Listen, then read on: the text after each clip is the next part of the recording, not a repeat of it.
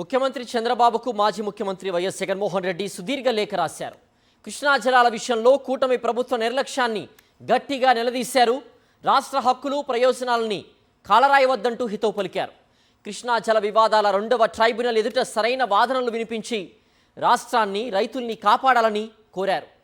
కృష్ణా జలాల విషయంలో రాష్ట్ర ప్రభుత్వ వైఖరిపై వైఎస్ఆర్సీపీ అధినేత వైఎస్ జగన్మోహన్ రెడ్డి ఆందోళన వ్యక్తం చేశారు. ట్రిబ్యునల్ ఎదుట సరైన వాదనలు వినిపించాలని, లేకపోతే ఆంధ్రప్రదేశ్ అన్నదాతలకు తీవ్ర అన్యాయం జరుగుతుందని వెంటనే కూటమి పాలకులు మేలుకోవాలని హెచ్చరించారు. కృష్ణా జలాల వినియోగంలో రాష్ట్ర హక్కులు ప్రయోజనాలు కాపాడటంలో కూటమి ప్రభుత్వం చిత్తశుద్ధితో పనిచేయాలని సూచించారు. కూటమి పాలకుల తీరు చూస్తూ ఉంటే దురదృష్టవశాత్తు వారు రాష్ట్రానికి మేలు జరిగేలా పనిచేస్తున్నట్లు కనబడడం లేదని తన లేఖలో వైఎస్ జగన్ ఆగ్రహం వ్యక్తం చేశారు. జస్టిస్ బ్రిజేష్ కుమార్ నేతృత్వంలో ఏర్పాటైన కృష్ణా జల వివాదాల 2వ ట్రిబ్యునల్ ఎదుట రాష్ట్ర ప్రభుత్వం చాలా పేలవమైన వాదనలు వినిపిస్తోందని ఆవేదన చెందుతూ మొత్తం 9 పేజీల లేఖ నేరుగా చంద్రబాబుకే వైఎస్ జగన్ రాశారు. కృష్ణా జలాలపై ఆంధ్రప్రదేశ్కు ఉన్న హక్కుల గురించి వివరంగా తెలియజేస్తూ ఆ జలాలు వాడుకోవడంలో కూటమి ప్రభుత్వానికి ఏమాత్రమూ చిత్తశుద్ధి లేదంటూ సాక్ష్యాలతో సహా తన లేఖలో వైఎస్ జగన్ స్పష్టం చేశారు. కృష్ణా జలాల్లో ఖచ్చితంగా 763 టీఎంసీల నీరు కేటాయించాలని డిమాండ్ చేస్తున్న తెలంగాణ ప్రభుత్వం అదే వాదన కృష్ణా జల వివాదాల 2వ ట్రిబ్యునల్ ఎదుట బలంగా వినిపిస్తోంది. ఒకవేళ అదే గనక జరిగితే ఆంధ్రప్రదేశ్కు తీరని అన్యాయం జరిగినట్లేనని తన లేఖలో జగన్ పేర్కొన్నారు.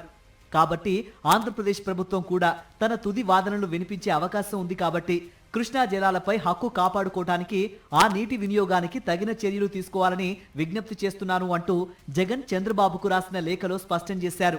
రాయలసీమ ప్రాంతానికి అన్యాయం జరుగుతోందని జగన్ తన లేఖలో ఆందోళన వ్యక్తం చేశారు.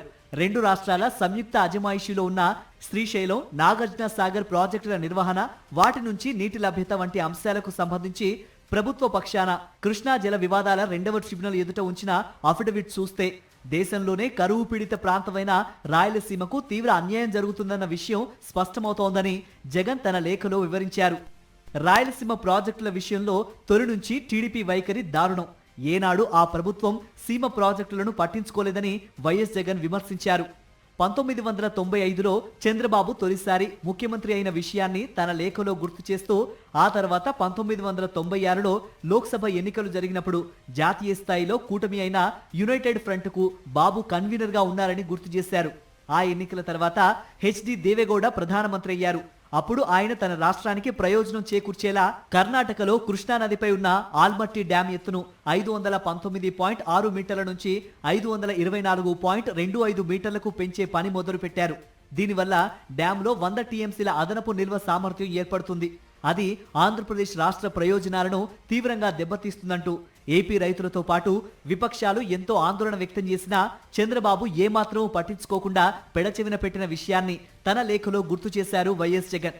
గతంలో చంద్రబాబు ప్రభుత్వ నిర్లక్ష్యం కారణంగానే బ్రిజేష్ కుమార్ ట్రిబ్యునల్ కూడా ఆల్మట్టి డ్యాం ఎత్తు పెంచుకునేందుకు కర్ణాటక ప్రభుత్వానికి అనుమతించిన విషయాన్ని తన లేఖలో పేర్కొన్నారు జగన్. రాష్ట్ర పునర్విభజన అనంతరం 2014లో ఏర్పడిన టీడీపీ ప్రభుత్వం హైదరాబాద్లో ఓటుకు నోటు కేసులో అడ్డంగా దొరికిపోయి రాత్రికి రాత్రి అక్కడి నుంచి పారిపోయి ఏపీకి వచ్చింది. ఆ కేసు నుంచి బయటపడేందుకు కృష్ణా జలాలపై రాష్ట్ర హక్కును కూడా తాకట్టు పెట్టారని తన లేఖలో వైఎస్ జగన్ గుర్తు చేశారు.